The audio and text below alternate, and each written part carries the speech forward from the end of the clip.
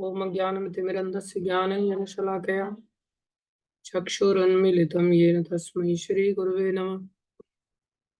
गुरुवे गौरचन्द्राय राधिकाय तदालये कृष्णाय कृष्णभक्ताय तद्भक्ताय नमो नमः। हरे कृष्ण। सभी भक्तों का हार्दिक अभिनंदन है, स्वागत है। गुरु वैष्णव की दया से जो कुछ कहें कृपा करके ध्यान से सुनिए। आज भगवत कृपा से हम 15वें अध्याय में प्रवेश कर रहे हैं। चौथे में अध्याय में हमने सीखा कि किस प्रकार से भगवान श्री कृष्ण 3 गुणों के बारे में वर्णन करते हैं, जिसमें इस सृष्टि के आरंभ की बात करते हैं। इस सृष्टि भगवान से उत्पन्न होती है, जो कि एक कैद खाने की तरह है। इस कैद खाने में हम सभी जीवों को, जो कि भगवान से दूर रह करके भोग करना चाहते हैं, उनको डाला जाता है। भगवान के नियम कानूनों का जो पालन नहीं करना चाहते, उनको डाला जाता है। ये हम बोलने के लिए बोल रहे हैं, लेकिन कितनी बातें हमारे जीवन में समझ में आती हैं कि क्रियात्मक दृष्टि से जब हमारे जीवन में देखने में आता है, तभी हम कह सकते हैं कि कितना हम समझे, कितना नहीं समझे। क्या कोई व्यक्ति जेल में जाने पर ऐसा सोचता है कि आज के दिन में इस जेल में आया था, इसलिए मेरा सेलिब्रेशन किया जाए? और 1 साल अगर उसको जेल में आ जाए, आने के पश्चात वो अगले साल में फिर जन्मदिन मनाने लगे कि मेरा आज जन्मदिन है, जेल में मैं आज आया था, आज ही के दिन, इसलिए मेरा सेलिब्रेशन किया जाए।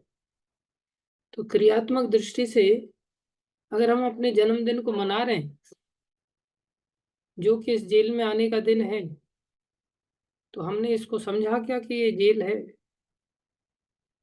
हम नहीं समझ पाए कि ये जेल है। बोलने के लिए हम भाषण भी दे देंगे, लेकिन भाषण के पीछे पीछे अंदर ही मन में ये लालसा बनी रही, अरे आज तो मेरा जन्मदिन है। लोगों को पता ही नहीं, किसी का मैसेज ही नहीं आ रहा है, कोई मेरा जन्मदिन मना ही नहीं रहा है। लोग मनाएंगे तो फिर मैं भी मनाने लगूंगा। इसलिए कई बार व्यक्ति भक्ति मार्ग में आने के पश्चात भी जन्मदिन मनाने के प्रति इतना लालची होता है, वो सोचता है कि बड़ी खुशी का दिन है कि मैं आज के दिन ही इस जेल में आया था और मुझे इस जेल में आने पर जन्मदिन मनाना चाहिए। कोई दूसरा भक्त अगर उसको विश नहीं करता ना, तो अंदर ही अंदर दुखी हो जाता है, अरे इसको पता नहीं मेरा आज जन्मदिन है, इसने मेरे को विश नहीं किया। मतलब दूसरा भी भक्ति ठीक से न करिए, दूसरा भी यही याद रखे कि कौन से दिन कौन व्यक्ति जेल में आया था। जेल में आने की बात याद रखनी चाहिए दूसरे लोगों को, या दूसरे लोगों को ये याद रखना चाहिए कि हम यहाँ से खुद कैसे निकले और दूसरों को कैसे निकालें। लेकिन हम सभी कितने अंदर गहरी जड़ों में संसार में रमन कर रहे हैं, इससे पता चलता है कि प्रैक्टिकल लाइफ में हम देखते हैं तो जीवन में हमारी जीवन शैली जो जीने की है, वो यही है। और हम क्या सोचते हैं भाई, हाँ ये व्यक्ति देखो, जैसे जेल में कोई व्यक्ति आ जाता है ना, तो जेल में आने के पश्चात वो जेल का भी डॉन बन जाता है। तो जेल में आने के बाद व्यक्ति का यही कंपटीशन रहता है कि मैं डॉन कैसे बनूं।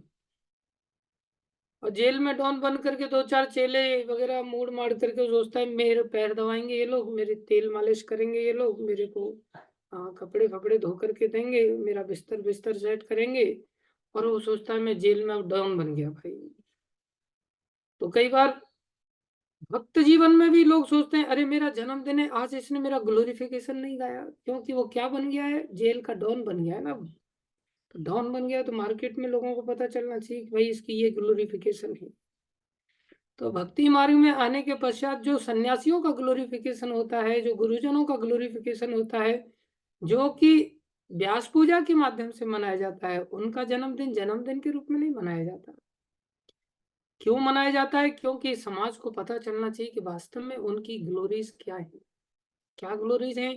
वो स्वयं मुक्त पुरुष हैं, हमें भी अपना शेल्टर दे करके मुक्त कर सकते हैं। हम उनके पद चिन्हों का पालन करते हुए बिना इस स्तर के पहुंचे बिना मुक्त हुए पहले से ही ग्लोरिफिकेशन चाहते हैं कि ये लोग हमारा ग्लोरिफिकेशन करें। तो हमारी जो ग्लोरिफिकेशन है ना, वो ग्लोरिफिकेशन एक कैद खाने के अंतर्गत जो बड़ा कैदी बन जाता है, जो महान कैदी हो जाता है, जो खूंखार कैदी हो जाता है, उसकी ग्लोरिफिकेशन मानी जाती है, जो उसको प्रतिष्ठा से और जकड़ करके अच्छी तरह से बांध देती है। इस बात को हमें अच्छी तरह से अपने हृदय में धारण करना चाहिए कि भगवान ने घोषणा किया कि व्यक्ति इस संसार में मेरे द्वारा ही डाला जाता है, जो कि प्रकृति के अंतर्गत उसे गर्भित किया जाता है, और उसके पश्चात प्रकृति में जब वो जन्म लेता है तो 3 गुणों के द्वारा बांध दिया जाता है। जो प्रकृति इन 3 गुणमयी वाली जो प्रकृति है, जिसमें सतोगुण से बांध दिया जाता है, रजोगुण से बांध दिया जाता है, तमोगुण से बांध दिया जाता है। तीनों प्रकार के गुणों से बांध दिया जाता है। जिसमें सतोगुण अच्छा है, लेकिन भक्ति के सामने अच्छा नहीं है। भक्ति के सामने वो भी बंधन ही है। आप दूसरे अध्याय में श्लोक अगर खोलेंगे, या इमाम पुष्पिताम वाचम वाला, तो वहां भगवान क्या कह रहे हैं? 42 और 43वां श्लोक है। भगवान क्या कह रहे हैं? या इमाम पुष्पिताम वाचम प्रवदंती अविपश्चिता। बोले शास्त्र, देखो अनुवाद की ओर आप ध्यान से पढ़ें। अल्पज्ञानी मनुष्य वेदों के उन अलंकारिक शब्दों के प्रति अत्यधिक आसक्त रहते हैं। कौन लोग? अल्पज्ञानी लोग। अविपश्चिता, विपश्चित मतलब बुद्धिमान, अविपश्चित मतलब बुद्धिहीन। तो भगवान कह रहे हैं वेदों के उन अलंकारिक शब्दों के प्रति। अब वेद जिस बात को करने के लिए कह रहा हो, तो क्या वो गलत हो सकती है? बोले नहीं, वेद में जो कृष्ण को लेकर के बात कही गई है वो गलत नहीं है। अब वेद तो गीता भी है, क्योंकि भगवान के मुख से ये भी निकली है, और भगवान ही वेद के प्रतिष्ठाता है, भगवान ही वेद के स्रोत हैं। तो भगवान अपने ही वेद के बारे में क्या बता रहे हैं? भैया, अल्पज्ञानी मनुष्य वेदों के उन अलंकारिक शब्दों के प्रति अत्यधिक आसक्त रहते हैं। कौन से शब्द? जो स्वर्ग की प्राप्ति, अर्थात स्वर्ग की प्राप्ति कौन करता है? बोले ऊर्ध्वम गच्छन्ति सत्त्वस्थ, सतोगुणी लोग स्वर्ग की प्राप्ति करते हैं। अच्छे जन्म, शक्ति इत्यादि के लिए विविध सकाम कर्म करने की संस्तुति करते हैं। शास्त्र कह रहा है कि तुम ऐसे काम करो। बोले अगर कोई व्यक्ति शास्त्र के इन वचनों की ओर आसक्त हो जाता है और सतोगुणी बनकर के चेष्टा करता है, तो भगवान कह रहे हैं वो व्यक्ति भी अल्पज्ञानी है। इंद्रिय तृप्ति तथा ऐश्वर्यमय जीवन की अभिलाषा के कारण वे कहते हैं कि इससे बढ़कर और कुछ नहीं है। उनके दिमाग में सिर्फ यही रहता है कि ऐश्वर्यशाली बने, हम भोगों को प्राप्त करें और इंद्रिय तृप्ति को प्राप्त करने की अधिक से अधिक शारीरिक क्षमता के साथ सुविधा प्राप्त करें। ऐसा सोच करके वो स्वर्ग में जाने की जो बातें शास्त्रों में कही हैं, जो उच्च लोकों में जाने की जो बातें कही हैं शास्त्रों में, उनके प्रति वो लोग आकर्षित हो जाते हैं। लेकिन क्या भला वहां जन्म मृत्यु जरा व्याधि का चक्र नहीं है? वहां भी उनके लिए संकट है। इसलिए जो सतोगुण की ओर ले जाने वाली जो बात है, भगवान ने कहा वो भी अपने आप में बंधन है। जब सतोगुण इतने अपने आप में बंधन है, तो रजोगुण और तमोगुण के बारे में क्या कहा जाए? वो कितना कठोर बंधन है। इसलिए भगवान ने इन तीनों गुणों के बारे में विस्तार से वर्णन किया प्रकृति के 3 गुण नामक इस 14वें अध्याय में। और उसके पश्चात भगवान ने बताया कि 3 गुणों के अंतर्गत सारे के सारे जीव हैं। केवल एक गुण के अंतर्गत ही नहीं है, सबके अंदर तीनों के तीनों गुण पाए जाते हैं, और ये तीनों के तीनों गुणों में आपस में लड़ाई चलती रहती है। कभी कोई गुण जीत जाता है 2 को पराजित करके, तो कभी दूसरा गुण जीत जाता है बाकी 2 को पराजित करके। इस प्रकार से कभी कभी हम सभी किसी गुण के अंतर्गत आ जाते हैं, तो कभी किसी गुण के द्वारा प्रभावित हो जाते हैं। कुल मिलाकर के तीनों गुण हम सभी को बांध करके रखते हैं, हमारा वश नहीं चलता।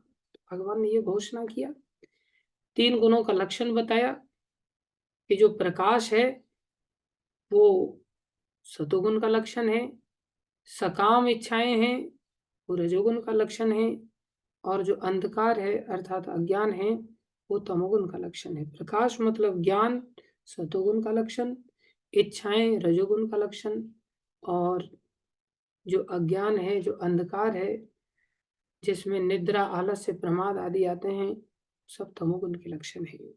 इन लक्षणों के बारे में विस्तार से भगवान ने वर्णन किया। हम लोगों ने पूरा अच्छी तरह से समझने की चेष्टा की थी। उसके पश्चात भगवान ने ये भी बताया कि कोई व्यक्ति अ, इन गुणों को लांघ कैसे सकता है? ये गुणों का बंधन का वो त्याग कैसे करे? जीवन का लक्ष्य गुणों के बंधन का त्याग करना होता है। वो लक्ष्य की कैसे प्राप्ति कर सकते हैं? बोले गुणों के बंधन को भगवान ने आखिरी में 26वें श्लोक में बताया। अर्जुन को पहले भगवान ने बताया, अर्जुन इन गुणों का लंघन करना बहुत जरूरी है। अगर तुम सभी दुखों से अगर बचना चाहते हो, जन्म मृत्यु जरा व्याधि के दुखों से अगर बचना चाहते हो, विशेष रूप से 20वें श्लोक में भगवान ने बताया, गुणान एतान अतीत त्रीन देही देह समुद्भवान जन्म मृत्यु जरा दुख विमुक्तो अमृतम अश्नुते। कोई व्यक्ति इन गुणों को जब तक पार नहीं करेगा, उसको जन्म मृत्यु जरा आदि के दुखों से मुक्ति का संभावना दूर दूर तक नहीं है।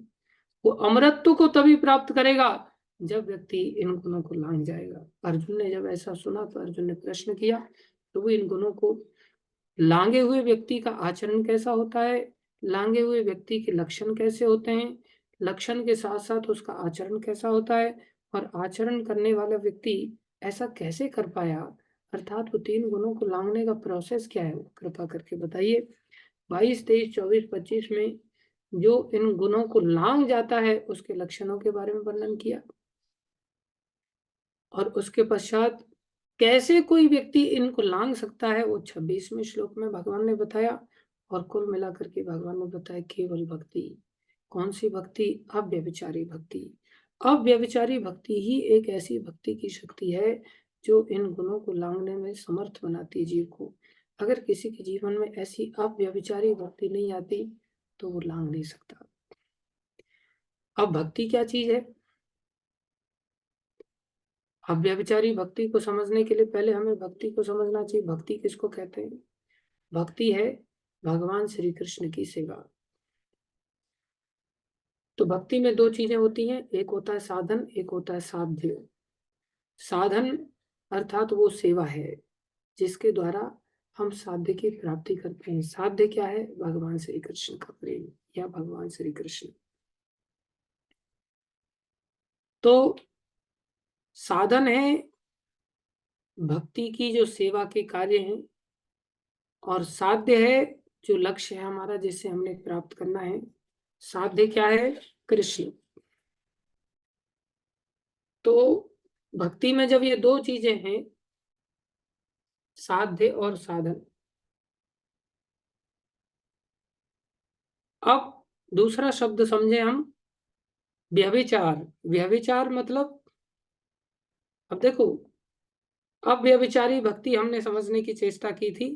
पहले भक्ति को समझा। भक्ति में कितनी चीजें? 2 चीजें, साध्य और साधन। अब अव्यभिचार शब्द को समझना हमने। अव्यभिचार किसको कहते हैं? पहले अभिचार शब्द को समझें। अभिचार मतलब क्रियाएं। कैसी क्रियाएं? उत्तम क्रियाएं, जिसे अभिचार भी कहते हैं, सदाचार भी कहते हैं। अब उसमें वि और अभिचार 2 शब्दों को जोड़ दिया जाए, वि और अभिचार, तो ये बन जाएगा व्यभिचार। तो यहाँ वि शब्द का अर्थ क्या है? वि शब्द का अर्थ है विगतः अभिचार इति व्यभिचारः। विगत माने नहीं होना। क्या नहीं होना? अविचार। अविचार मतलब सदाचार। जिसके जीवन में सदाचार नहीं है, जिसके जीवन में उत्तम आचरण नहीं है, बोले वो क्या है? व्यभिचार है। समझ में आ रहा है? अविचार प्लस वी। वी मतलब विगतः अविचार, जो अविचार से रहित है, जो अविचार के बिना है, जो सदाचार के बिना है, अर्थात जिसका जीवन सदाचार से युक्त नहीं है। जैसे एक स्त्री है, उसका सदाचार का जीवन कब माना जाएगा? जब वो सती स्त्री की तरह व्यवहार करेगी। इसी प्रकार कोई पुरुष है, उसे सदपुरुष कब माना जाएगा? जब वो सदाचार के साथ व्यवहार करेगा। सदाचार स्त्री पुरुष के लिए क्या है? बोले जब वो एक एक पति के साथ अपने जीवन को यापन करे, या वो एक पत्नी व्रत लेकर के जीवन यापन करे। अगर वो फ्री मिक्स हो रहा है, तो मिक्स हो रहा है तो उसकी शुद्धि खत्म हो गई। जैसे ही कुछ मिलावट हुई तो शुद्धि खत्म हो गई। इसी तरह से यहाँ पर अविचार शब्द मतलब शुद्ध, और विगता अविचार मतलब जो शुद्धता से रहित है, अर्थात मिक्सअप हो गया जिसमें, उसे व्यभिचार कहेंगे। अब व्यभिचार किसको कहेंगे? इसमें तीन शब्द जुड़ गए अभी, अ प्लस वी प्लस अविचार। तो वी शब्द का अर्थ था विगत अविचार। अ शब्द जुड़ जाने से क्या हो जाता है? जो शब्द आगे है उसका भी उल्टा, मतलब विगत शब्द में विगत मतलब रहित, और अ शब्द जोड़ दिया जाए, अवि। अवि मतलब जो रहित था, रहित का उल्टा सहित हो जाएगा। रहित मतलब बिना, और अवि मतलब उसके साथ में, अर्थात बिना सदाचार वाला नहीं, सदाचार वाला। तो केवल अविचार होता या अव्यभिचार है, एक ही बात है। केवल अविचार शब्द होता, उसका भी अर्थ सदाचार है, और अव्यभिचार का अर्थ भी सदाचारी निकल के आता है। इसको कहते हैं माइनस माइनस प्लस। वी मतलब विगत, अ मतलब negative, that is called minus minus positive. कुल मिलाकर के अविचार मतलब सदाचार, अर्थात विदाउट मिक्सअप वाली भक्ति। कौन सी भक्ति? विदाउट मिक्सअप वाली भक्ति, जिसमें कुछ मिक्स ना हो। किसमें अब मिक्सिंग की संभावना है? बोले दो चीजों में मिक्सिंग की संभावना है। भक्ति को हमने समझा था जिसमें दो चीजें थी, साधन और साध्य। साधन मतलब भक्ति की क्रियाएं, जैसे जप करना, जैसे तुलसी में से जल डालना, जैसे भगवान का डीटी वर्शिप करना, जैसे भगवान का श्रृंगार करना, जैसे प्रचार प्रसार करना, कथा करना, जैसे गीता का अध्ययन करना, शास्त्र अध्ययन करना, जैसे गिरिराज जी की परिक्रमा कराना करना, धाम दर्शन कराना, श्रवणम कीर्तनम विष्णु स्मरणम अर्चनम वंदनम दास्यम साख्यम आत्मनिवेदनम। इस प्रकार से 9 विशेष रूप से भक्ति की क्रियाएं हैं, इन्हें साधन कहते हैं। बोले अगर इस साधन में मिक्सिंग मिक्सिंग कुछ हो गई भौतिक संसार की चीजों की, तो बोले वो व्यभिचारी भक्ति हो जाएगी, वो अव्यभिचारी भक्ति नहीं कहलाएगी। जैसे जब कर रहे हैं हम, और जब करते करते साथ में व्हाट्सएप भी खोल करके बैठे हुए, तो मिक्सअप हो गया। समझ रहे? जब करते करते चैटिंग चालू है, मतलब मिक्सअप हो गया। फिर ये व्यभिचारी भक्ति नहीं होगी, ये अव्यभिचारी भक्ति नहीं होगी, ये व्यभिचारी भक्ति हो गई। इसकी इतनी ताकत नहीं है कि ये 3 गुणों से बाहर निकाल दे हमको। ये भक्ति हमने कमजोर बना दिया। समझ रहे हैं? आशा करता हूं कि आप लोगों के सर से ऊपर नहीं जा रहा होगा।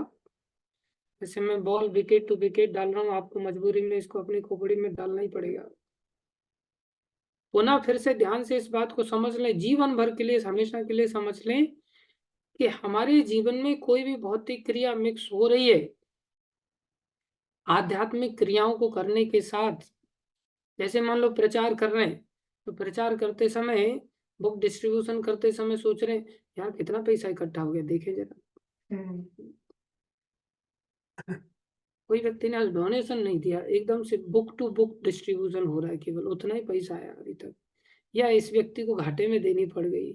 इस प्रकार से घाटा मुनाफा देख करके जो बुक डिस्ट्रीब्यूशन करने की चेष्टा की जा रही है, जिसमें कुछ अपना पॉकेट मनी अलग से कुछ निकालना चाहते हैं हम, कि हिसाब तो मंदिर में जाकर के दे देंगे, इतनी किताबें बटी साहब, और इतनी किताबों का 200 रुपए के हिसाब से, 150 रुपए के हिसाब से ये रहा पैसा, और उसमें कुछ 50-100 रुपया अंदर आ गया, तो जो बुक डिस्ट्रीब्यूशन था हमारा, वो मिक्स हो गया। समझ आ रहा है? हाँ। जैसे प्रचार करने के लिए जा रहे हैं, तो कहाँ जाएंगे प्रचार के? बोले मसूरी जाना है प्रचार करने के लिए। क्यों मसूरी जाना है? ठंडी हवा खानी है वहाँ, पहाड़ देखने, झरने देखने। क्या करना है? बोले हाँ, कीर्तन करने के लिए, नगर कीर्तन करने के लिए। तो नगर कीर्तन लक्ष्य नहीं है हमारा, मिक्सअप हो गया। लक्ष्य है शास्त्र धारा में जाकर के डुबकी मार करके आनंद लेना। लक्ष्य है थोड़ी तफरी खाना, और अंदर से थोड़ा सा ये भी है कि चलो मजबूरी में, भक्त वेश में तो क्या करें, ऐसे तो अय्याशी कर नहीं सकते, घूम फिर नहीं सकते, तो चलो कीर्तन के माध्यम से थोड़ा नाच गा लेते हैं। तो उस भक्ति में इतनी ताकत नहीं रहेगी, सब मामला मिक्सअप हो जाता है। फिर जैसे मान लो भगवान के लिए भोग बना रहे हैं, और मन में इच्छा है यार आज पाइनएप्पल हलवा खाने को मिले तो कितना अच्छा। अच्छा चलो भगवान के लिए पाइनएप्पल हलवा बनाएंगे फटाक से। तो ये क्या हो गया, बोले मिक्सअप हो गया कि भगवान के लिए कम इच्छा है, अपनी भी प्रबल इच्छा है। आराधना तो है वो, लेकिन प्योर नहीं है। अच्छा आज भगवान को क्या बनाया जाए, बोले आज पास्ता का भोग लगाते हैं भगवान को। बोले आज भगवान की बहुत प्रबल इच्छा हो रही है पास्ता खाने की। क्यों हो रही है, क्योंकि हमारे हृदय में भगवान बैठे ना, बोले वो अंदर से मेरे को प्रेरणा दे रहे हैं कि आज पास्ता खाया जाए। तो इस प्रकार से ये क्या हो गया, भोग तो लग रहा है लेकिन मिक्सअप वाला भोग। तो ये जो आराधना का जो साधन है, ये साधन शुद्ध नहीं है। जैसे कीर्तन करने के लिए गए, आज संडे में बहुत ज्यादा लोग नहीं आए। आज एक काम करते, आज मेरी कमर दर्द है, बोले आज कीर्तन नहीं, क्योंकि संडे में लोग नहीं आए ना, कम लोग आए। और दूसरा प्रभु जी भी नहीं आए, तो प्रभु जी भी नहीं आए तो आज संडे में जाकर के कौन पूछने वाला है, इसलिए गुल्ली मार दो। अब बोले खड़ा नहीं रहा जा रहा है। जैसे कल के दिन सो करके ही रोटी खाई थी, खड़े हो ही नहीं पा रहे थे कमर दर्द के कारण। बाकी सब चीजें काम हुआ, लघु शंका का भी त्याग हुआ, दीर्घ शंका का भी त्याग हुआ, कपड़े फपड़े भी उठाए धोए, सब काम हुआ, रोटियां भी खूब तोड़ी अच्छी तरह से, सब कुछ सीढ़ी भी चढ़े, सब कुछ कीर्तन करते समय हाँ असहनीय पेन हुई। क्या कर सकते। और कभी कीर्तन किया तो बड़ा राग अलापा बढ़िया, और देख रहे हैं हाँ लोग बढ़िया ताली बजा रहे हैं, झूम रहे हैं बढ़िया, आंखों में से आंसू भी निकल रहे हैं लोगों के। भगवान की ओर देख ही नहीं रहे, भगवान क्या कर रहे हैं बेचारे, वो भी प्रसन्न होकर के हमें देख भी रहे हैं कि नहीं देख रहे हैं। बस लोगों की ओर ही, लोगों पे अच्छी छाप छूट गई भाई। लोगों ने मान लिया कि आखिरकार मेरे को ये ट्यून बहुत अच्छी तरह से आती है, पकड़ है बोले मेरी ट्यून पर। अरे ट्यून पर पकड़ हो सकती है, तुम्हारी संकीर्तन पर पकड़ चली गई, प्रतिष्ठा पर पकड़ हो सकती है, तुम्हारी भगवान के नाम के प्रति जो श्रद्धा थी, जो पकड़ थी, वो चली गई। ये क्या कर दिया हमने, साधन को मिक्सअप कर दिया। बढ़िया अर्चन कर रहे हैं, और अर्चन करते समय इतना सुंदर तिलक लगाया है, और बड़ी स्टाइल में दिखा रहे हैं माताओं को, बाइसेप से एकदम खुली हुई हरि नाम चादर को पूरा ऊपर उड़ा करके दिखा रहे हैं। देखो हमारा पेट बाहर नहीं निकला हुआ है, इतना स्लिम बॉडी हमारी, देखो एकदम। और पूरा, और दो चार लोग और आ जाएं देखने वाले तो कुछ ज्यादा ही हाथ एकदम बड़ा स्टाइल में घूमता है तो और तरीके से, तो वो क्या है, बोले वो मिक्सअप हो गया, साधन में मिक्सिंग हो गई। पुजारी ये देख रहा है, देखो देखो मैंने श्रृंगार किया है, अच्छा बेटा तूने श्रृंगार किया है, अरे भगवान ने तेरे से श्रृंगार करवा लिया है, दया की है तेरे ऊपर, तुम ऐसे प्रतिष्ठा पाने के पीछे पड़ा हो। आज पता है, आज मैंने श्रृंगार, देखो देखो कितने सुंदर श्रृंगार, कितने सुंदर लगा, अरे तुम्हारे श्रृंगार से नहीं, भगवान वैसे ही सुंदर है, भगवान की वजह से तुम्हारा श्रृंगार अच्छा लग रहा है, भगवान अपने आप में सुंदर है। हमारी कॉन्शियसनेस मिक्स हो गई हर कार्य में। इस प्रकार से हम देखें, कथा सुनने के लिए जा रहे हैं, कथा सुनने में भी अलग अलग दृष्टिकोण है लोगों का, मिक्सअप हो गया। इस प्रकार से हम क्या करते हैं, भौतिक चीजों के साथ हमारे साधन को मिक्स कर देते हैं। भौतिक क्रियाएं हमारी भक्ति में अंदर घुस जाती है, क्योंकि हमारा जीवन शैली शुरू से बचपन से लेकर के आज तक भौतिक ही रहा है। भौतिक ही रहा है तो हम भक्ति को भी उसी प्रकार से मिक्स कर देते हैं। दो चार क्रियाएं जानते हैं, उसमें भक्ति मिक्स हो जाती है। तो भक्ति अव्यभिचारी नहीं रहती, शुद्ध भक्ति नहीं रहती। अव्यभिचारी भक्ति को शुद्ध भक्ति कहेंगे, ध्यान दें। दूसरा चीज, और बहुत गंभीर बात मैं आपको समझाने के लिए प्रयास कर रहा हूँ, काश मैं भी समझ जाऊं इस बात को तो मेरा भी कल्याण हो जाए। भाषण देकर के जीव तो मेरी अंदर चली जाती है बहुत जल्दी, लेकिन ये बात दिमाग में मेरे भी बैठ जाए आप लोगों की दया से तो बहुत अच्छी बात है। Repetition is the mother of learning. दूसरा चीज है, भक्ति की क्रिया में भी भक्ति की दूसरी क्रिया से मिक्सअप हो जाता है। बोले भक्ति की क्रिया में भक्ति की क्रिया से मिक्सअप कैसे हो जाता है,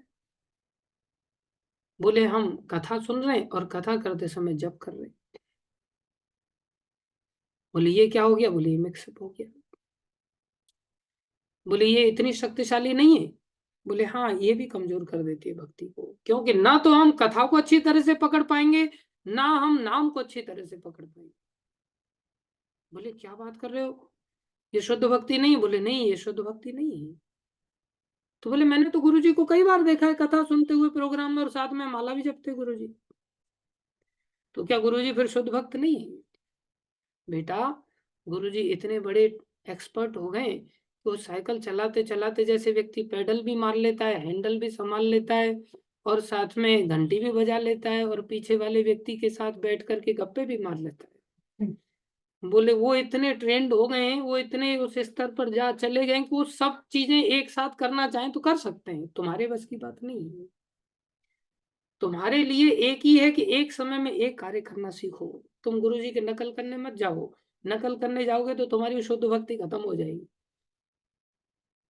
you should perform your activity, at least one activity at a time. एक कार्य एक समय में ही करो। जब करने बैठो तो जब करो, कथा सुनने के लिए बैठे हो तो कथा सुनो, पढ़ने के लिए बैठे हो तो पढ़ो, श्रवण करने के लिए बैठे हो श्रवण करो। जो कार्य आपको दिया गया उस कार्य को अच्छी तरह से करने की चेष्टा करनी चाहिए, मिक्सअप नहीं करना चाहिए। बोले आखिर में वो भी तो भक्ति ही है ना, भक्ति में भक्ति का मिक्सअप किया तो उसे कमजोरी कैसे आ जाएगी? अरे गुड़ में गुड़ मिला दिया तो फिर क्या वो गुड़ नहीं रहा? गुड़ में गुड़ मिलाया तो उसमें मिक्सअप कैसे हो गया? वो कमजोर कैसे हो गया? बोले हाँ, वो कमजोर हो जाता है। कैसे? गुरु जी कथा करने के लिए बैठे हैं और चेला गोवर्धन की परिक्रमा लगा लूं, परिक्रमा लगा के आ जाऊं? तो बोले परिक्रमा भी भक्ति है और कथा सुनना भी भक्ति है। तो बोले हाँ गुरुदेव, अब देखा जाए तो परिक्रमा लगाने के लिए जा रहा है तो उसमें गलती क्या है? कथा नहीं सुन पा रहा है, एक कार्य एक समय में करने की चेष्टा कर रहा है। वो भी भक्ति है, ये भी भक्ति है, दोनों में से कुछ भी कर लो, क्या फर्क पड़ने वाला है? भक्ति बढ़ेगी ना। बोले नहीं, उस भक्ति की क्रिया में निश्चित रूप से वो भक्ति की क्रिया है परिक्रमा लगाना, लेकिन उस भक्ति की क्रिया में हमारे मन की स्वतंत्र इच्छा घुस गई अंदर कि मेरा मन कर रहा है कि मैं आज परिक्रमा लगा लूं। गुरु जी कह रहे हैं बेटा जा, कुछ अतिथि लोग आ गए, इनको परिक्रमा लगवा करके आज। गुरुदेव मैंने कथा नहीं सुनी, मेरे को कथा सुननी है, आज मैं नहीं जाऊंगा परिक्रमा लगवाने के लिए। उस समय वो कथा सुन रहा है। कथा क्या? बोले भक्ति है, लेकिन उस कथा में उसकी मन की इच्छा जुड़ गई कि आज मेरा मन कर रहा है कथा सुनने के लिए, इसलिए मैं आज कथा सुनूंगा। वो कौन सी भक्ति? बोले मन वाली भक्ति है, वो आदेश वाली भक्ति नहीं। ध्यान दें हम, इसलिए मन का मिक्सिंग हो गया, वो विम्सिकल भक्ति है, भक्ति भी विम्सिकल है। वो भक्ति शुद्ध भक्ति नहीं कहलाएगी, वो भक्ति अव्यभिचारी भक्ति नहीं कहलाएगी। अब हम अपने जीवन में थोड़ा थर्मामीटर डाल करके देखें और देखें उसका कि पारा कहाँ तक पहुंचा है थर्मामीटर में हमारा मिक्सिंग वाला, तो पता चलेगा हमारी भक्ति की क्रियाओं में भौतिक क्रियाएं कितनी ज्यादा मिक्स हैं। और वो तो मिक्स हैं ही, कुछ लोग रात दिन भक्ति भी कर रहे हैं ना, उनका पूरा जीवन मन की इच्छा वाला भक्ति वाला है। हम आदेश पर भक्ति नहीं करते। भगवान ने आदेश दिया अर्जुन को, अर्जुन तुम युद्ध लड़ो, और भगवान क्या करें? साथ में मेरा स्मरण भी करो। दो दो काम एक साथ करने के लिए कह रहे हैं। बोले वहां मिक्सअप नहीं हो रहा, वहां मिक्सअप नहीं हो रहा है। वहां हत्या भी भक्ति बन गई। देखो कैसी विचित्र बात है, आदेश के अधीन हत्या भी भक्ति बन जाती है और इतनी ताकतवर होती है, कुछ गुणातीत बना देती है। और मन की इच्छा अनुसार किसी का जीवन बचाने भी चलोगे ना, तो भी बोले वो भक्ति नहीं कहलाएगी, क्योंकि उसमें मन की इच्छा मिक्स हो गई। आदेश के अनुसार झूठ भी शुद्ध भक्ति बन जाएगा। जैसे महाराज युधिष्ठिर को बोला गया बोल दो झूठ, अश्वत्थामा मारा गया, वो भी शुद्ध भक्ति बन गया।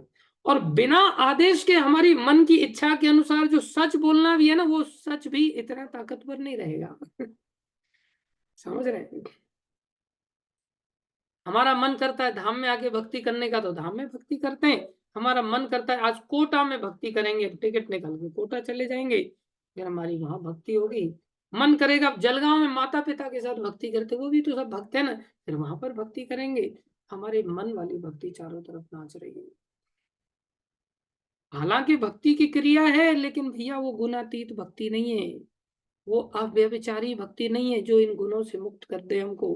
हम कभी मुक्त नहीं हो पाएंगे, कभी नहीं हो पाएंगे। इसलिए याद रखो, साधन में मिक्सअप नहीं होना चाहिए। हमारा फिर साधन का निर्णय क्या हुआ, फिर शुद्ध भक्ति का निर्णय क्या हुआ? एकमात्र निर्णय आज्ञा पालन, और कोई दूसरा निर्णय नहीं।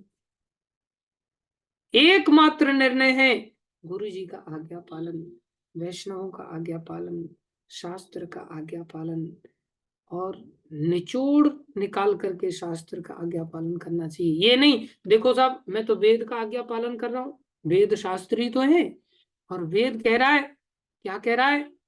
बोले स्वर्ग में जाना है तो ये यज्ञ कर लो, इंद्रलोक चंद्रलोक जाना है तो ये यज्ञ कर लो, ब्रह्मलोक जाना है तो ये यज्ञ कर लो। अरे भैया, निचोड़ो इस सभी शास्त्रों को, और निचोड़ने पर पता चलेगा वेदैश्च सर्वैर अहम एव वेद्य, समस्त वेदों का जो सार है, बोले वो मुझे जानना है, भगवान श्री कृष्ण कह रहे हैं। इसलिए तुम क्या करो, मेरे आदेश का पालन करो, दैट्स ऑल। गीता में भगवान ने निचोड़ा क्या पूरी गीता को? पूरी गीता को शास्त्र के रूप में दिया, और निचोड़ करके लास्ट में क्या कह रहे? सर्वधर्मान परित्यज्य माम एकम शरणम ब्रज अहम त्वाम सर्व पापेभ्यो मोक्षयिष्यामि मा शुचे। हम लोग क्या करते हैं, गीता के एक एक श्लोक को अपने जीवन में लेते हैं, जो अच्छा लगता है हमको वो वाला श्लोक ले लेते हैं, वो श्लोक लेकर के उसे जीना चालू कर देते हैं, और फिर कहते हैं शास्त्र की आज्ञा का पालन कर रहे हैं हम तो साहब। ये मिक्सअप कैसे हो गया? ये शुद्ध भक्ति क्यों नहीं रहा? अरे, तुम अर्जुन से भी ज्यादा स्मार्ट हो गया। अर्जुन का देखो, पूरी गीता सुनने के पश्चात, पूरी गीता सुनने के पश्चात उन्होंने ये नहीं कहा कृष्ण धन्यवाद आपका, अब आप द्वारका चले जाइए, अब मैं अपने हिसाब से हैंडल कर लूंगा, गीता समझ में आ गई मेरे। और एक एक श्लोक को जो उनको लगे उसको निकाल निकाल के अपने आप में यूज करने लग जाए। नहीं, भगवान अर्जुन को क्या, ये अर्जुन भगवान को क्या कह रहे हैं? नष्ट मोहा स्मृति लब्ध्वा, मुझे होश आ गया, अब क्या करूंगा? बोले करिष्ये वचनम तव, अब आप जो आदेश देंगे मैं वो करूंगा। ये नहीं कि गीता समझ गया, मैं गीता के श्लोक के अनुसार अपना जीवन जीऊंगा।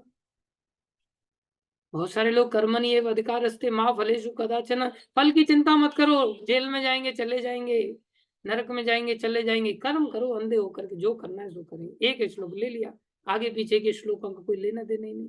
इसलिए श्लोकों को, शास्त्रों को निचोड़ात्मक दृष्टि से जो एसेंस निकलता है, उस एसेंस को हमें पालन करना सीखना होगा। अन्यथा प्रमाण के रूप में तो निकाल करके धड़ाधड़ हम बोल देंगे देखो शास्त्र में ऐसा कहा है, और हम कुछ गलत नहीं कर रहे हैं। That is called justification. लोग भक्ति मार्ग में आते हैं, पालन कम करना सीखते हैं, जस्टिफिकेशन करना ज्यादा सीख जाते हैं, एक्सप्लेनेशन करना ज्यादा सीख जाते हैं। जैसे मैं आप सबके सामने बैठ करके जस्टिफिकेशन करने में बहुत माहिर हूँ, मैं गुरु कृपा से ही हूँ, लेकिन जस्टिफाई करने में बिल्कुल पीछे नहीं। मेरे मन की जो मेरे को करनी होती है उसको मैं बराबर शास्त्रों से जस्टिफिकेशन दे देता हूँ, लेकिन मेरा मूर्ख मन कभी समझ गया इस बात को कि भाई आज्ञा का पालन ही करना है जीवन में बस। कब मैं ऐसा बन पाऊं कि गुरु वैष्णवों का आज्ञा का पालन नहीं कर पाऊं पूरी तरह से। इसलिए भगवान से अर्जुन ने लास्ट में कहा गीता को समझने, कृष्ण आप जो बोलोगे मैं वो करूंगा, आप छोड़ के द्वारका मत चले जाना, आप रथ पर बैठ करके सारथी बन करके सदा मेरे इस जीवन के रथ की डोरी को संभाल करके मेरे को मार्गदर्शन करते रहना। और कृष्ण समय समय पर उनको निर्देशित करते हैं। इस प्रकार से हमें गुरु जी की आज्ञा का पालन करना होता है। और शास्त्र यहाँ तक कहता है कि गुरु अगर कुपथ पर भी चला दे, गुरु का आदेश अगर हमें कुपथ पर भी चला दे तो भी हमारी हानि नहीं होगी। हमें लग रहा है कि ये कुपथ है, हमें लग रहा है कि हो सकता है गुरु जी बोल रहे हैं बेटा तू छोड़ दे पढ़ाई लिखाई, तो ऐसा लग रहा है अरे ये तो कुपथ है, मेरा फिर नौकरी कहाँ से लगेगी, मैं हॉस्पिटल में प्रैक्टिस कैसे कर पाऊंगा, मेरी डिग्री नहीं मिलेगी, ऐसा नहीं होगा वैसा नहीं होगा, हाँ मैं फिर लोगों के दांत कैसे तोड़ पाऊंगा। ये कुपथ पर हो सकता है हमें लगे मेंटली किसी भी व्यक्ति को, हम किसी भी गुरु किसी कठोर आदेश से, लेकिन वो कुपथ नहीं है, उस सतपथ पर ही एक न एक दिन व्यक्ति पहुंच जाएगा, उसका हानि कभी नहीं होगी। इसलिए तो अर्जुन का हत्या जैसा कुपथ ही था ना एक प्रकार से, लेकिन कोई हानि हुई क्या? कभी हानि नहीं। इतना समर्पण हमारा होना चाहिए। केवल कह देना आसान है कि हम बहुत समर्पित हैं,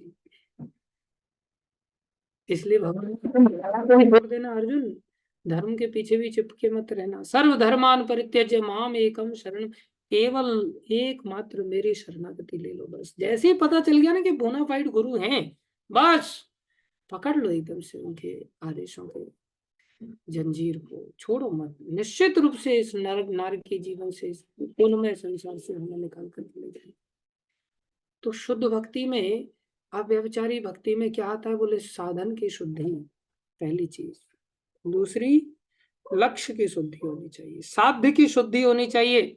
साध्य की शुद्धि क्या है, हम भजन तो करें लेकिन उस भजन के परिणाम में न बच्चे की नौकरी लगवाएं, न अपने रोगों को दूर करवाएं, न संसार में प्रतिष्ठा, पद प्रतिष्ठा को प्राप्त करने की चेष्टा करें, न बदले में प्रमोशन मांगे। हम बदले में कुछ नहीं मांगे, केवल श्री कृष्ण को ही प्राप्त करना चाहें। जिसकी हमने कल 2 कथाएं सुनाई थी। विभीषण जी की अपने पुत्र को मरवाने की कथा सुनाई थी, किस प्रकार से उन्होंने पुत्र सामने होते हुए भी पिघले नहीं। लक्ष्य क्लियर था, मेरे को कृष्ण की संतुष्टि करनी है, दैट्स ऑल। अंततः कल्याण होता। इसलिए ऐसी शरणागति व्यक्ति को लेनी चाहिए, और ऐसी शरणागति हम पहले लेंगे तब कृष्ण हमारी ओर से गुणातीत करेंगे। हम सोचे पहले भगवान मेरे को गुणातीत कर दे तब मैं शरणागति लूंगा, नहीं, ऐसा नहीं हो सकता। साध्य और साधन दोनों की शुद्धि करनी पड़ेगी जी, दोनों बिल्कुल 100% क्रिस्टल क्लियर होने चाहिए। और कौन कर सकता है बोले, गुणों में घिरा हुआ व्यक्ति। इसलिए ये श्लोक, माम चयो अव्यभिचारेण भक्ति योगेन सेवते, कोई भक्ति योग से सेवा करता है मेरी अव्यभिचारी भक्ति से, सगुणान संतीते तान ब्रह्म भूयाय कल्पते, वो गुणातीत हो जाएगा, वो निर्गुण होकर के ब्रह्म पद को प्राप्त कर लेगा। आशा करता हूँ कि आपको यहाँ तक ये सब समझ आया होगा। और ये कुछ लोग कल के दिन एब्सेंट थे क्योंकि संडे था, और संडे को तो 7 बजे उठना तो नाकबार गुजरता लोगों को, इसलिए कल बहुत कम लोगों ने ज्वाइन किया था मीटिंग। इसलिए हमने ये संक्षेप में फिर से थोड़ा सा दोहराने की चेष्टा किया, क्योंकि मंडे को लोग जाग जाते, मजबूरी में जागना पड़ता है, गधा मजूरी संसार में करनी पड़ती है, इसलिए लोग जाग जाते हैं। संडे को तो भक्ति को भी अलविदा कह देते हैं, बोले भक्ति में भी छुट्टी मार देंगे।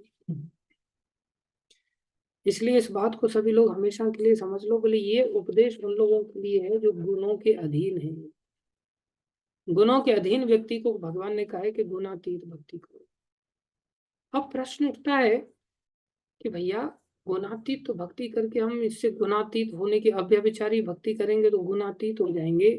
अव्यभिचारी भक्ति करने के लिए तो ऐसा लग रहा है कि बिल्कुल शुद्धि चाहिए, फिर हमारा संसार का कैसे काम काज चलेगा, संसार का क्या होगा, संसार के भोगों का क्या होगा, संसार के सुखों का क्या होगा। कौन व्यक्ति ऐसे कर सकता है। ये तो ऐसा हो गया कि आपको या तो संसार में पैर रखना पड़ेगा या भक्ति में पैर रखना पड़ेगा। ऐसी अव्यभिचारी भक्ति, ऐसा लगता है 2 नाव पर पैर रख करके चले नहीं सकते। हाँ ये बात बिल्कुल सही है, दिमाग में बिठा लो इस बात को। अगर गुणातीत होना है, तीनों गुणों से अगर पार जाना है, तो आपको 2 नाव पर पैर रख करके चलने की अनुमति नहीं है। आपको या तो संसारी जीवन जीना पड़ेगा या आध्यात्मिक जीवन जीना पड़ेगा। संसारी हम हैं, संसारी होते हुए भी हम पूरी तरह से अव्यभिचारी भक्ति कर सकते हैं। दिमाग में अगर ये बात बैठ जाए कि मेरे को मिक्सअप नहीं करना है साधन में और लक्ष्य में मिक्सअप नहीं करना। ये नहीं, हे राधा रानी इतने दिन से मैं जब कर रहा हूँ अभी तक कोई सुंदर लड़की का ऑप्शन नहीं आया, कब मेरी शादी होगी। और धाम में वास करने के लिए चले गए, आखिर में बरसाना ही चले गए, और बरसाना में जाकर के वहां भजन करने लग गए, रात दिन भजन कर रहे हैं। और 1 साल 2 साल के बाद फिर सुंदर वहां लोगों को आ रहे हैं, तो लोगों को भी राधा रानी के दर्शन करा रहे हैं। और दर्शन कराते कराते पता चला कोई अमेरिकन लड़की सुंदर सी आ गई और उसने प्रपोज कर दिया, बोले आई लव यू। और जैसे ही प्रपोज किया उस समय तुरंत फोटो फोटो खींच के बाद, Radha Rani gifted me a beautiful girl और ब्यूटीफुल बॉय, राधा रानी ने मेरे को गिफ्ट दिया। बोले ऐसा ऐसा लोग करते हैं, आपको उदाहरण के साथ बता। और राधा रानी ने कैसा गिफ्ट किया, वो लेकर के चली गई उसको लंदन ही सीधा। और फिर लंदन से घूम फिर करके वापस आए तो पता चला पैरालिसिस हो गया। अब राधा रानी गिफ्टेड, यमदूत गिफ्टेड हिम पैरालिसिस। वो राधा रानी का इतना भारी गिफ्ट था कि उसको लंदन पहुंचा दिया उसने, राधा रानी के धाम को छोड़कर। तो संसार में हम सब पूजा, लाभ, प्रतिष्ठा, यही सब चीजें पाने के पीछे पड़े रहते हैं और सोचते हैं कि हाँ हम भजन कर रहे हैं, सच्चा भजन कर रहे हैं, हमारा बड़ा त्याग युक्त भजन है। ये कोई भजन भजन नहीं है, ये लक्ष्य भटक गए हम, लक्ष्य को मिक्स कर दिया। हम भजन तो कर रहे थे लेकिन लक्ष्य भटक गए, दिल्ली दूर हो जाती है, फिर हम तीनों गुणों से बाहर नहीं निकल पाएंगे, हम जन्म मृत्यु के इस चक्र को नहीं भेद पाते। इसलिए भगवान यहाँ क्या कह रहे हैं, इस संसार को तुम भाई समझ लो अच्छी तरह से। 15वें अध्याय में पुरुषोत्तम योग के बारे में भगवान कह रहे हैं। व्यक्ति सोचता है मेरे संसार का क्या होगा, फिर अरे तुम्हारे संसार का यही होगा कि तुम्हें पैरालिसिस होगा और कुछ नहीं होने वाला है। बोले बहुत ज्यादा एनालिसिस मत करो, otherwise your analysis will be paralysis. संसार के विषय में बहुत ज्यादा एनालाइज करने की चेष्टा मत करो, बहुत इकड़म तिकड़म दिमाग मत लगाओ, सरेंडर करो बस। इसलिए भगवान 15वें श्लोक में संसार की स्थिति को बता रहे हैं। तुम मूर्खों, पता है तुम्हें संसार क्या चीज है? श्री भगवान उवाच, पहला श्लोक, ऊर्ध्वमूलम अधो शाखा अश्वत्थम प्राहुर अव्ययम छंदांसि यस्य पर्णानि यस्तम वेद न वेदविद। श्री भगवान ने कहा जाता है कि एक शाश्वत अश्वत्थ वृक्ष है जिसकी जड़ें तो ऊपर की ओर है और शाखाएं नीचे की ओर हैं, तथा पत्तियां वैदिक स्तोत्र हैं।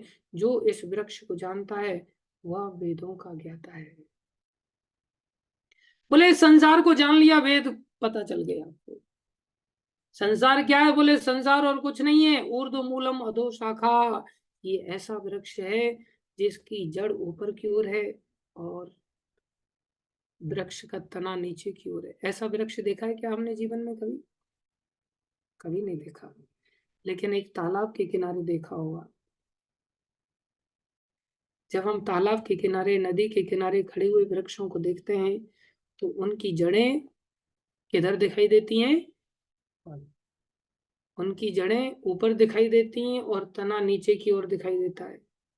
किनारे खड़े वृक्षों का आपने ऐसा देखा होगा, देखा है कि नहीं? देखा है ना? कैसी मूर्खों जैसी बातें कर रहे हैं, देखा है।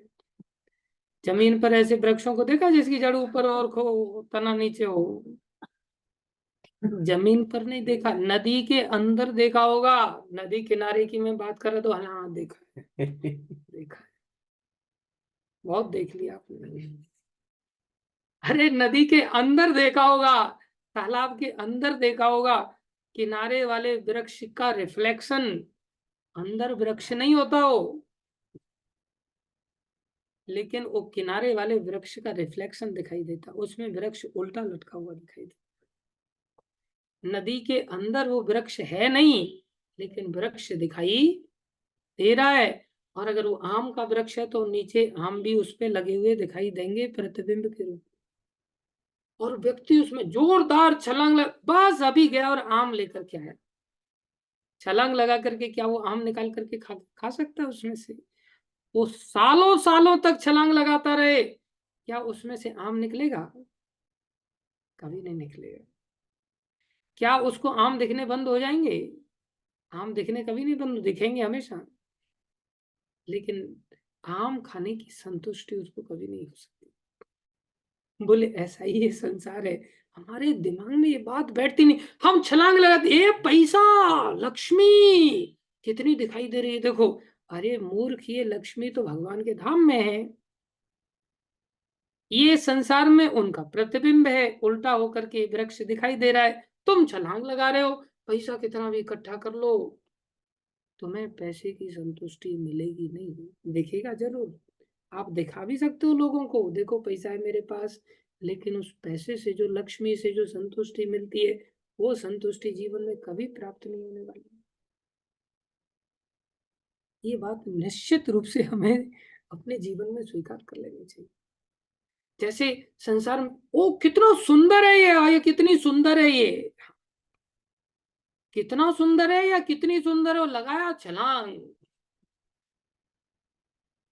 दिखाई तो दे रही है वो सुंदर, या दिखाई दे रहा है वो सुंदर, लेकिन छलांगी लगाते रहना, तुमको कभी सुंदरता का सुख प्राप्त होने वाला नहीं, कभी तुम्हें वो संतुष्टि फील नहीं होगी जो सुंदरता की वास्तविक संतुष्टि आपको भगवान श्री कृष्ण के धाम में फील हो। इसलिए संसार का प्रत्येक सुख, जो कि रूप रस गंध, हाँ, स्पर्श शब्द आदि के माध्यम से जो पांच इंद्रियों का जो सुख है, ये संसार में जो सुख आप पाना चाह रहे हो, ये संसार केवल और केवल प्रतिबिंबात्मक सुख है। लेकिन अपने अंदर झांक करके देखें, हम कितने पागल हैं इस प्रतिबिंब के पीछे, कितने पागल हैं। भाषण देना मेरे लिए आसान है, तो आपके लिए तो भाषण सुनना और आसान होगा। लेकिन जब मैं ही इस पर खरा नहीं उतर पा रहा हूं, तो फिर आप इसको सुन करके कैसे खरे उतर पाएंगे। इसलिए प्रभुपाद जी जैसे संत कभी मिल जाए ना, वो भाषण देते हैं तो वो सुंदरता को देख देख करके भाषण नहीं देते, वो सुंदरता को देख देख करके जप नहीं करते। हम तो सुंदरता को देख देख करके जप करते हैं, सुंदरता को देख देख करके भाषण देते हैं। वो आंख बंद करके भाषण देते हैं, वो अंदर कृष्ण की सुंदरता का अनुभूति करते हैं, वो रियल वर्ल्ड में जीते हैं। हम तो रिफ्लेक्शन वाले वर्ल्ड में जीते हैं। हमारे जीवन शैली में भगवान के प्रति वो अनुराग नहीं है। लेकिन क्या करें, अभी इसको बार बार अध्ययन करेंगे, चेष्टा करेंगे। कम से कम जैसे ही ये खेल खिलौने की तरह भक्ति को अगर चेष्टा कर रहे हैं, खेल खेल में ही सीखने की चेष्टा कर रहे हैं, तो शायद कभी ना कभी कुछ ना कुछ तो आधार बनेगा ही, कुछ ना कुछ तो भक्ति अंदर मन में जाएगी, कुछ ना कुछ तो अंदर रियलाइजेशन होगा। इसलिए हम लोग आपस में, हाँ, मजबूरी में अंधों में काना राजा। अब शुद्ध भक्त तो मिल नहीं रहे आपको प्रवचन देने के लिए, तो फिर मेरे जैसे काना व्यक्ति का ही आप प्रवचन सुनने की चेष्टा कर रहे हैं, एक आंख वाले का, जिसके अंदर भक्ति नहीं है। लेकिन चेष्टा जरूर मैं करने की चेष्टा करता हूँ, भगवान से प्रार्थना करता हूँ शायद कभी भक्ति आ जाए तो अच्छा है। तो ये बात दिमाग में बैठी नहीं, इसको हमें दिमाग में अगर बिठा लिया ना, कि ये जो माँ दिखाई दे रही भैया, ये तो रिफ्लेक्शन वाली माँ है, ये सच्चाई नहीं है।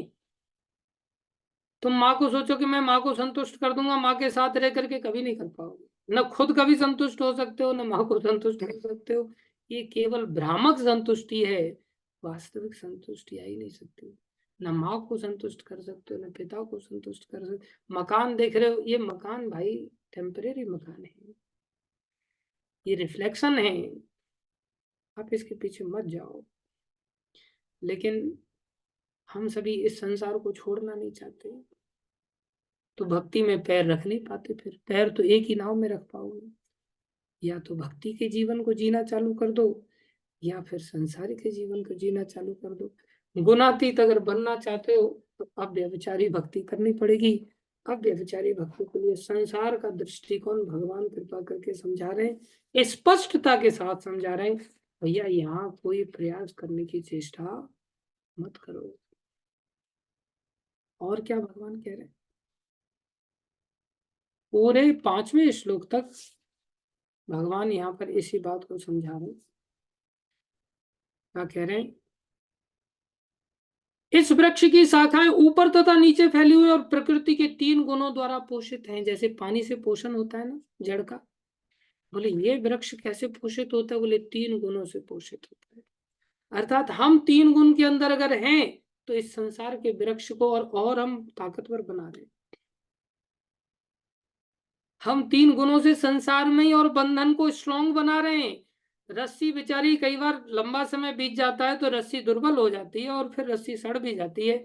लेकिन हमने तो इस रस्सी को और लेयर पे layer, 4 layer, 5 layer, 6 layer, double double layer की रस्सियां बना दी हमने, सशक्त बना दिया, पोषित कर दिया। इसकी टहनियां इंद्रिय विषय हैं। हम सब टहनियों पर बैठे हुए हैं दबा करके अच्छी तरह से।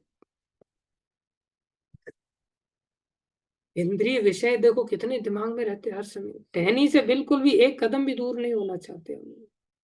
इस वृक्ष की जड़ें नीचे की ओर भी जाती हैं, जो मानव समाज के सकाम कर्मों से बंधी हुई हैं।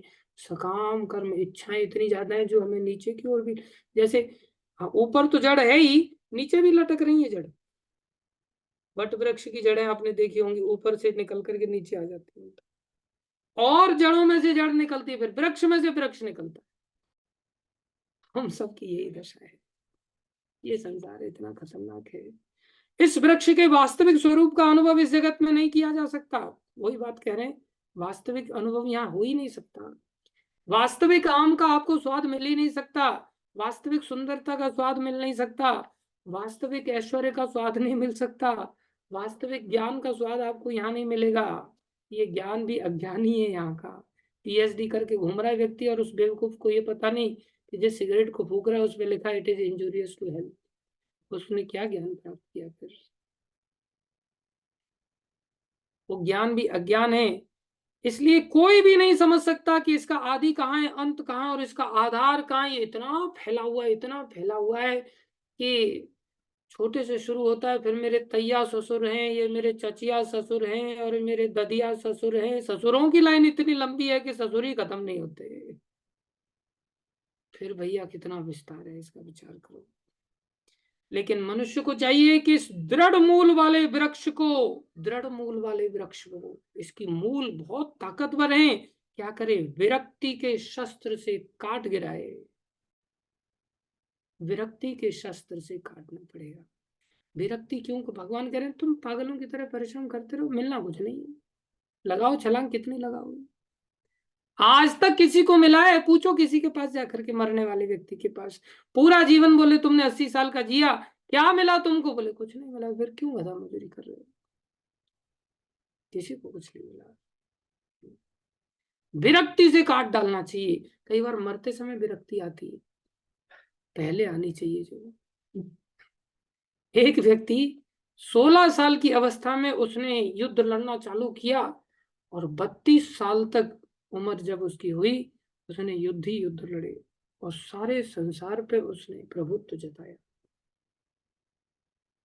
और डॉक्टरों के संपर्क में आया, तो डॉक्टर कहते हैं आपके पास मात्र 5 दिन का दाना पानी बचा है शरीर में, बस 5 दिन के बाद आपका राम नाम सत्य हो जाएगा, कोई नहीं बचा सकता।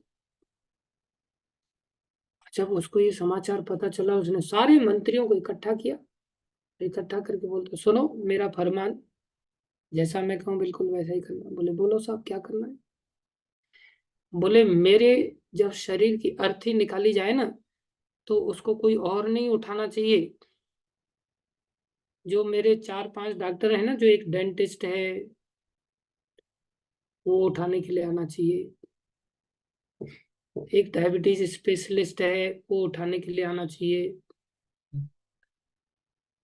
एक किडनी स्पेशलिस्ट है वो उठाने के लिए आना चाहिए, जनरल फिजिशियन है जो, और एक ऑर्थोपेडिक वाला है जो ऊपर से नीचे तक हड्डियों का तोड़ फोड़ करने वाला है, वो उठाने के लिए आना चाहिए। ये मेरे 4-5 तरह तरह के जो फिजिशियन है ये सब उठाने के लिए आने चाहिए। मेरे डॉक्टर लोग मेरे मेरे जनाजे को उठाने के लिए आने चाहिए। बोले और क्या करना? बोले और ये करना कि रास्ते में पूरा जितना मैंने 16 साल तक युद्ध लड़ने के बाद आज 32 साल का मैं हो गया, 5 दिन बाद जब मैं मर जाऊंगा ना, सब रास्ते में डाल देना। और बोले और ये काम करना, मेरे जनाजे में से हाथ दोनों बाहर निकाल देना, और फिर इस प्रकार से लेकर के जा। तो उसने पूछा महाराज आपकी 3 प्रबल इच्छाओं के पीछे कारण तो बताओ, क्या कारण है, आप ऐसा क्यों करवाना चाहते हैं? बोले मैं ऐसा इसलिए कराना चाहता हूँ कि संसार के लोगों को पता चले कि मैंने पूरा 16 साल इतना मशक्कत किया, और ये पता चल जाए लोगों को कि मेरे डॉक्टर लोग मेरी रक्षा नहीं कर सकते। बेस्ट डॉक्टर दुनिया के, बोले वो मेरी रक्षा नहीं कर सकते, इसलिए डॉक्टर लोग मेरे कंधे को कंधा देना चाहिए, मेरे को उठा के लेकर के जाना चाहिए। बोले हीरे जवाहरात, बोले जितना मैंने कर पाया ना, इसमें से एक फूटी कौड़ी भी मैं साथ में लेकर के आगे के लिए नहीं लेकर के जा सकता, कि भाई इतना सारा मेरे अकाउंट में आ गया है, मेरे खजाने में आ गया है, अब मैं कुत्ता बनने के लिए अगले जन्म में जा रहा हूँ, तो इसमें से मेरे को रोटी की सप्लाई होती रहे, ये सारा मेरा धन यूज करते रहना, और मेरे को घी लगा करके रोटी मिलती रहे अगले जन्म में। इसको मैं जरा सा भी यूज नहीं कर सकता आगे के लिए, ये मेरे लिए रास्ते पर कचरे की तरह है, इसलिए इसे रास्ते पर ही डाल देना। तीसरा बोले आप हाथ क्यों बाहर निकलवाना चाह रहे हैं? बोले हाथ इसलिए बाहर निकलवाना चाह रहा हूं कि लोगों को पता चले कि मैं खाली हाथ ही आया था, और मैं खाली हाथ जब पैदा हुआ तब से मैंने डाई मारना चालू किया कि शायद मेरे को ये मिल जाएगा, ये मिल जाएगा, ये मिल जाएगा। और आज आखिरी में लोग देख ले, मैं आज भी खाली हाथ ही जा रहा हूँ। मैंने 16 साल तक न जाने कितने लोगों की हत्या करके चुराया, लूटा धन को, लेकिन मेरे हाथ कुछ नहीं लगा। मैंने केवल डाई मारने का ही काम किया और कुछ नहीं किया। इसलिए हम संसार के लोगों को ये होश आ जाए कि वास्तव में हमारे जीवन में कुछ हाथ नहीं लगने वाला है भैया। इसलिए संसारी प्रयास क्यों करना? क्यों हम अव्यभिचारी भक्ति नहीं कर सकते? हमें अव्यभिचारी भक्ति ही करने का लक्ष्य बनाना पड़ेगा, वो भी इस मनुष्य शरीर में। कुत्ते, बिल्ली, गधा, सुअर, पशु, पक्षी, वो तो बेचारे डाई मारने के लिए बाध्य हैं, उनको तो मारनी पड़ेगी। मिलना उनको भी कुछ नहीं है, लेकिन हम चाहें तो हम भक्तों के सानिध्य को पाकर के इस गीता के सिद्धांत को समझ करके जो भगवान यहाँ घोषणा कर रहे हैं, भगवान के विरक्ति से काट डालो। अब बेचारे को मरते समय ये याद आया कि विरक्ति आनी चाहिए जीवन में। जब डॉक्टरों ने ये हाथ खड़े कर दिए, 5 दिन बाद ही मरने वाले हैं। विचार करो, हमें तो ये पता भी नहीं चलता कि हमारा कब टपक जाएंगे यहाँ से। अचानक से एक दूसरे से बात, पता है तेरे को क्या? बोले वो टपक गया या टपक गई। टपक गया ही नहीं होता, टपक गई भी हो जाती है। कोई व्यक्ति कभी भी जा सकता है, कोई नहीं जाने। हमको हंसी तो आ रही है, अंशिका माता को हंसी आ रही है, अच्छी बात है, लेकिन भैया ये हंसने से काम नहीं चलेगा, ये बड़ी गंभीर बात है। इसलिए भगवान काट गिराओ इसको। तत्पश्चात ऐसे स्थान की खोज करनी चाहिए जहां जाकर लौटना ना पड़े, और जहां उस भगवान की शरण ग्रहण कर ली जाए, जिससे अनादिकाल से प्रत्येक वस्तु का सूत्रपात तथा विस्तार होता आया है। वास्तव में जो रिफ्लेक्शन संसार में दिख रहा है, ये भी आध्यात्मिक जगत का ही रिफ्लेक्शन है। इसलिए आध्यात्मिक जगत के वृक्ष की खोज करनी चाहिए, जिसको कि भगवान आगे 6वें श्लोक में बताएंगे। 5वें श्लोक में भगवान क्या कह रहे हैं? निर्माण मोहा जित संग दोषा। अरे इस कुसंगति के कारण ये बीमारी लगी थी हमको। सब डाई मार रहे थे तो उनके साथ में रहते हुए हम भी डाई मारने लग गए। सब क्लास के बच्चे इंजीनियरिंग करने के लिए, हम भी इंजीनियरिंग करने के लिए, सब डॉक्टर बनने के तो हम भी डॉक्टर बनने के लिए चले गए। एक भी भक्त नहीं बना तो हम भी भक्त बनने के लिए सोच ही नहीं पाए। भगवान कह रहे हैं इस मोह को क्या करो? छोड़ दो। निर्माण मोहा जित संग दोषा। जो झूठी प्रतिष्ठा, मोह तथा कुसंगति से मुक्त है, जो शाश्वत तत्व को समझते हैं, जिन्होंने भौतिक काम को नष्ट कर दिया है, जो सुख तथा दुख के द्वंद्व से मुक्त हैं, जो मोह रहित होकर परम पुरुष के शरणागत होना चाहते हैं, वे उस शाश्वत राज्य को प्राप्त होते हैं। लेकिन हम तो डाई मारना छोड़ना ही नहीं चाहते ना। हम शाश्वत राज्य को, हम तो झूठी प्रतिष्ठा, सब संसार झूठा, सब कुछ झूठा संसार का, प्रत्येक इंद्रिय का प्रत्येक इंद्रिय विषय झूठा है, कुछ हमारा साथ नहीं देने वाला है। इस बात को हमें समझते हुए मौत से पहले समझ लेना है, अन्यथा खाली हाथ हमें निकाल करके हमारा जनाजा निकाला जाएगा और हम सिद्ध कर दिए जाएंगे एक नंबर का गधा था, ये चला गया। मनुष्य शरीर मिला था लेकिन गधा बन करके इसने जीवन खत्म किया। तो हम सभी अपने जीवन को भगवान की घोषणा के अनुसार अव्यभिचारी भक्ति में लगाना होगा। संसार से चिपके रहने से काम नहीं चलेगा। संसार से चिपके रहने के कारण ही हम भक्ति को छोड़ देते हैं। संसार की असलियत क्या है वो भगवान इस अध्याय में बताए 5 श्लोकों में। 6वें श्लोक से भगवान आगे आध्यात्मिक जगत के बारे में बताएंगे कि आध्यात्मिक जगत के भगवान सब चीजें खोल करके रख दे रहे, एकदम से पूरा ऑपरेशन कर दे रहे हिरण्यकश्यप के जैसा। लेकिन कुछ डॉक्टर लोग हैं, भगवान ऑपरेशन करते हैं, हम सिल लेते हैं फिर से। भगवान खोल के दिखाते हैं, हम सिल देते हैं फिर से। भगवान दिखा रहे हैं कि भाई तुम्हारी शकल सूरत कुछ नहीं, लेकिन हम प्लास्टिक सर्जरी कर लेते हैं। हम तौर तरीके लगा करके, बार बार लिपाई पुताई करके, fair and handsome, fair and lovely, ये सब लगा लगा करके, लिपाई पुताई करके हम सब ऑपरेशन को ढकने में तुले हुए। ढको मत भाई, इससे मुक्त हो जाओ हमेशा के लिए, ऐसी चेष्टा कर। धन्यवाद धैर्यपूर्वक सभी भक्तों का श्रवण करने के लिए। हरे कृष्णा। प्रणाम सभी भक्तों को। कल के दिन प्रश्न उत्तर लेंगे, आज थोड़ा समय ज्यादा हो गया। हरे कृष्णा। और याद रखो, आप सब लोग श्लोक याद कर रहे होंगे, मेरे पूर्ण विश्वास है, और मेरे विश्वास को आप लोग तोड़ेंगे नहीं। अगर मेरा विश्वास टूट गया तो देखो मैं फिर पूरी तरह से टूट जाऊंगा। हो सकता है मेरे लिए क्लास लेना भी भारी पड़ जाए फिर। इसलिए आप लोग मेरे विश्वास को मत तोड़ना। 5-5 श्लोक मैंने दिए हैं। हो सकता है कल के दिन शुरुआत में श्लोक पूछने से ही कर दूँ, इसलिए आप लोग श्लोक याद करके ज़रूर आइए। धन्यवाद। हरे कृष्णा, प्रणाम सभी भक्तों को।